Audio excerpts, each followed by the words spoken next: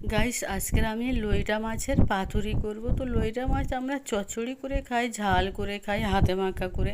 তো আজকের ভাবলাম একটু আমি পাতুরি রেডি করে দেখি কেমন মজা লাগে। তো লইটা মাছ কেটে জল ঝরিয়ে আমি রেখে দিয়েছিলাম। তার মধ্যে আমি আদা রসুনের পেস্ট দিলাম, পেঁয়াজ দিলাম, কাঁচা লঙ্কা দিলাম, টমেটো দিলাম, ধনিয়া পাতাও দিলাম, লঙ্কা, হলুদ, লবণের গুঁড়ো দিয়ে দেবো, দিয়ে সরিষার তৈলও দেবো, দিয়ে হাত দিয়ে খুব ভালো করে মাখিয়ে ম্যারিনেট করে আমি কিছুক্ষণ চাপা দিয়ে রেখে দেবো। 20 মিনিট 30 মিনিট পর্যন্ত এভাবে ম্যারিনেট করে চাপা দিয়ে রেখে দেবো। তারপরে আমি পাতুরি রেডি করব।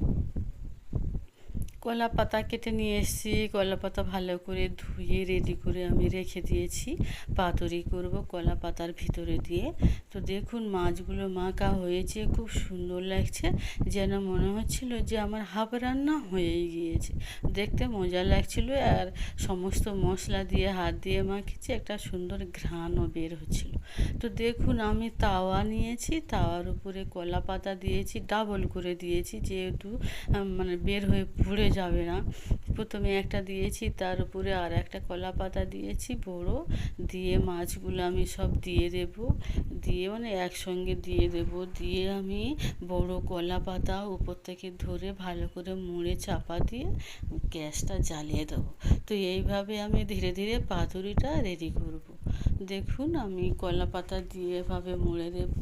তো খেতে এত মজাই লেগেছিল, অনেক ভালো লেগেছিল। চচ্চড়ি কিংবা হাতে মাখা করলে একটু মানে ঝোল থেকে যায়, পাতুরি করেছিলাম আদৌ ঝোল ছিল না, ঝোলটা পুরোটা কলা পাতার মধ্যে গিয়ে শুকিয়ে গিয়েছিল, একদম শুকনা শুকনা, অনেক মজা হয়েছিল।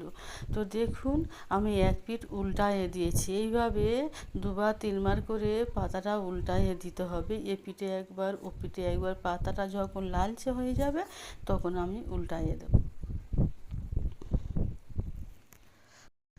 দেখুন ও পিঠটা হয়ে গিয়েছে, আবারও আমি এপারে উল্টায়ে দিব।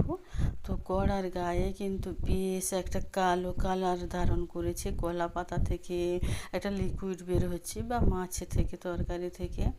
তো দেখুন উল্টায়ে দিতে দিতে আমার পাতুরিটা শেষ পর্যন্ত হয়েই গিয়েছে। অনেক ধৈর্য ধরে রান্নাটা আমি সেরেছি। তো দেখুন পাতুরিটা রেডি হয়ে গিয়েছে। তো পাতুরির উপরে একটু কাঁচা সরিষার তৈলও দিয়ে দেব, দিয়ে এখন গরম ভাতের সঙ্গে খাওয়া হবে।